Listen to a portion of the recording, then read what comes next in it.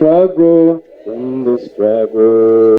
The race for Speaker of Uganda's 12th Parliament is intensifying ahead of Monday's election, with candidates stepping up their campaigns and outlining their visions for the next House. The National Unity Platform candidate for Speaker, Paul Mwiru, says Parliament must rebuild public trust through accountability, transparency and responsible leadership. Speaking to journalists at the NUP headquarters in Makerere Kavule, Mwiru said Parliament has over time lost public confidence due to corruption and leaders prioritizing personal interests over national concerns. We will uphold accountability and the rule of law by ensuring budget discipline, stamping out wasteful expenditure, redirecting money for donations and corporate social responsibility to the parliamentary committees where members actually do work of Parliament.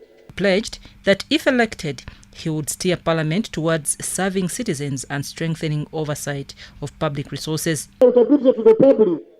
I will ensure adaptation of a public disclosure policy where Parliament will periodically publish its output and attendant costs so that the public can hold their leaders to account. Equity and inclusivity.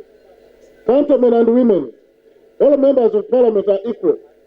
That's why we refer to each other as peers among equals.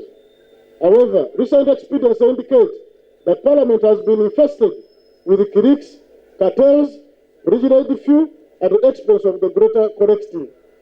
Mwiru further emphasized that restoring integrity and ending what he termed investment in non-productive ventures would be central to his agenda as Speaker. My candidature is the antidote to this malpractice.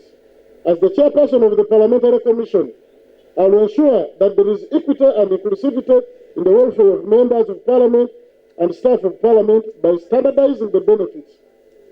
The practice of leaders taking the lion's share would have no place in my leadership.